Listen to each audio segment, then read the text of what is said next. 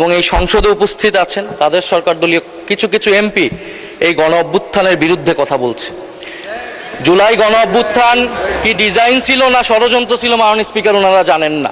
এবং পুলিশের হত্যাকাণ্ড এটা নাকি হাজার ছাড়িয়ে যাবে, হাজারে প্রকাশ করতে হবে, এই ধরনের কথা তিনি টকশোতে গিয়ে বলে বেড়াচ্ছেন। তো কথায় কথায় মুক্তিযুদ্ধকে বিকৃত করা, মুক্তিযুদ্ধের সাথে জুলাই গণ অভ্যুত্থানকে তুলনা করার ষড়যন্ত্র এবং রাজনীতি মাননীয় স্পিকার আমরা কিন্তু ঠিকমতোই বুঝি। বক্তব্য রাখবেন মাননীয় বিরোধী দলীয় চিফ হুইপ জনাব মোহাম্মদ নাহিদ ইসলাম। আপনার সময় 7 মিনিট। ধন্যবাদ আপনাকে। বিসমিল্লাহির রহমানির রহিম। মাননীয় স্পিকার, আপনাকে ধন্যবাদ। জুলাই গণ অভ্যুত্থান এবং তৎকালীন গণহত্যার বিচার সংশ্লিষ্ট আলোচনা সুযোগ করে দেওয়ার জন্য মাননীয় স্পিকার এবং জাতীয় সংসদের সকল সদস্যদেরকে ধন্যবাদ জানাচ্ছি। জুলাই গণ অভ্যুত্থানের 2 বছর আমরা পার করতে যাচ্ছি, এটা জুলাই মাস চলমান। আমি জুলাই গণ অভ্যুত্থানের সকল শহীদ এবং আহত ভাই বোনদেরকে শ্রদ্ধার সাথে স্মরণ করছি এবং স্মরণ করছি জুলাই গণ অভ্যুত্থানে ছাত্র তরুণ সহ সকল পেশাজীবী মানুষ যারা অংশ নিয়েছেন, দেশে বিদেশে, রাজনৈতিক অরাজনৈতিক যারাই সেখানে ভূমিকা রেখেছেন, ত্যাগ স্বীকার করেছেন, তাদের সবাইকে আজকের এই দিনে আমি স্মরণ করছি। আজকে মাননীয় স্পিকার 14 জুলাই, আজকের দিনটিও একটি ঐতিহাসিক দিন। এই 14 জুলাই 2024 সালে বৈষম্যবিরোধী ছাত্র আন্দোলনের নেতৃত্বে সেই সময়ের রাষ্ট্রপতি এবং দুঃখজনকভাবে এখনকারও যিনি রাষ্ট্রপতি, তার কাছে আমরা একটা স্মারকলিপি দিয়ে এসেছিলাম। সেটা ছিল সেই দিনের কর্মসূচি 14 জুলাইয়ের। এবং আমরা দেখলাম যে 14 জুলাই রাতেই তৎকালীন ফ্যাসিস্ট শেখ হাসিনা, তৎকালীন অবৈধ প্রধানমন্ত্রী, তিনি চীন সফর থেকে দেশে এসেই এই আন্দোলনরত শিক্ষার্থীদের নিয়ে একটা কটূক্তি করেন, তাদেরকে রাজাকারের নাতিপুতি বলে আখ্যা দেন।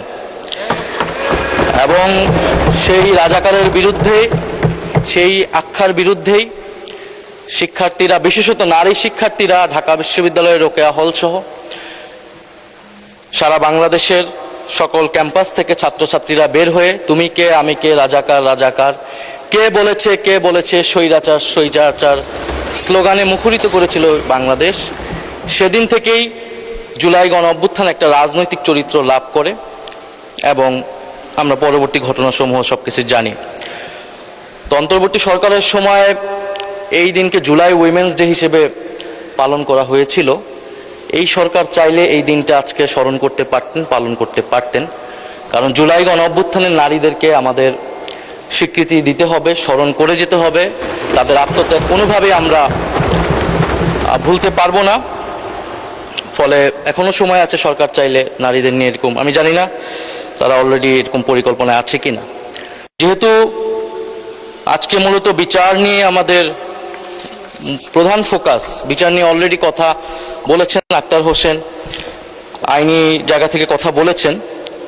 তো জুলাই গণ অভ্যুত্থান নিয়ে আমরা দেখছি মাননীয় স্পিকার এখনো ষড়যন্ত্র, জুলাই গণ অভ্যুত্থানের ব্যাখ্যা, মুক্তিযুদ্ধের সাথে তুলনা, কে ছোট কে বড়, ষড়যন্ত্র, নানান ব্যাখ্যা আসতেছে।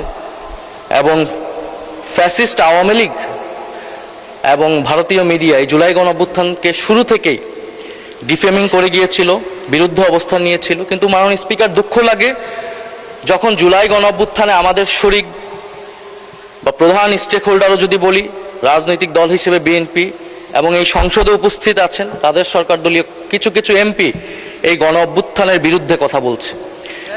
জুলাই গণ অভ্যুত্থান কি ডিজাইন ছিল না ষড়যন্ত্র ছিল মাননীয় স্পিকার ওনারা জানেন না। ওনারা জানেন না কে কিভাবে আন্দোলনে এসেছিল, কে কখন মারা গিয়েছে, স্নাইপার ছিল কি ছিল না, ওনারা জানেন না।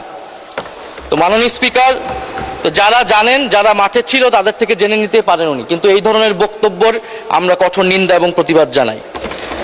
মাননীয় স্পিকার, আমরা আরো দেখি এই সরকার দলের বিএনপির সংসদ সদস্য যিনি জুলাই গণ অভ্যুত্থানে যারা মারা গিয়েছেন এবং তাদের সাথে পুলিশি হত্যাকাণ্ডের তুলনা করছেন, এই বয়ানটা আওয়ামী লীগের বয়ান।